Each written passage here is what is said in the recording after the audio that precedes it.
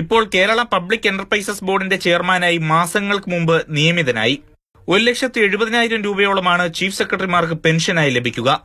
Chief secretary ഗ്രേഡിൽ അവസാനം ശമ്പള ഇനത്തിൽ വാങ്ങിയ 3.5 ലക്ഷത്തോളം രൂപയാണ് റിക്രൂട്ട്മെന്റ് ബോർഡ് തലവൻ എന്ന നിലയിൽ VP ജോയ്ക്ക് ശമ്പളമായി അനുവദിച്ചിരിക്കുന്നത്. ഇതിനോടൊപ്പം ചട്ടത്തിൽ ഇളവ് നൽകി മുഴുവൻ പെൻഷൻ വാങ്ങാനും മന്ത്രിസഭ അനുമതി നൽകി.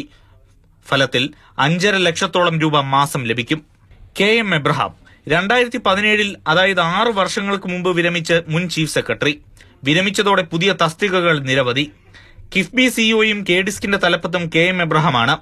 KM എബ്രഹാമിന് അവസാനമായി ലഭിച്ച ശമ്പളം 2.25 ലക്ഷം രൂപ. ഇതിൽ നിന്ന് ഇപ്പോൾ ലഭിക്കുന്ന പെൻഷൻ കുറച്ച ശേഷമുള്ള തുക മാത്രമേ വേതനമായി കൈപ്പറ്റാൻ അർഹതയുള്ളൂ. എന്നാൽ 2.25 ലക്ഷം രൂപയാണ് കിഫ്ബിയുടെ സിഇഒ ആയിരിക്കെ KM എബ്രഹാം കൈപ്പറ്റുന്നത്.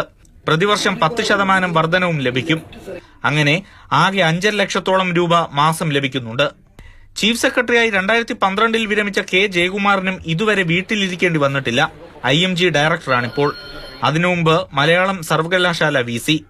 മാസം 5 ലക്ഷത്തോളം ശമ്പളം. എന്നാൽ ഇതൊക്കെ വിവരാവകാശത്തിലൂടെ അറിയാമെന്ന് കരുതിയാൽ അതും തടയും. അവർക്ക് അനുകൂലമായ വിധി എഴുതുന്ന ഉദ്യോഗസ്ഥന്മാരെ പുനർ നിയമനം കൊടുക്കുക, സംരക്ഷിക്കുക എന്നുള്ള ഒരു ശൈലി ഈ സർക്കാർ സ്വീകരിച്ചിരിക്കുന്നു. ശമ്പള സ്കെയിലും പെൻഷൻ ഉൾപ്പെടെ നൽകി റിക്രൂട്ട്മെന്റ് ബോർഡിൽ നിയമിക്കുന്നു എന്ന് പറഞ്ഞാൽ PSCക്ക് സമാനമായ റിക്രൂട്ട്മെന്റ് ബോർഡാണ്.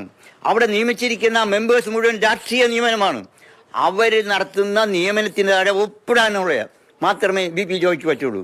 ഇവരുടെ പട്ടിക ഇനിയും നീളും. വാങ്ങുന്ന കോടികളും.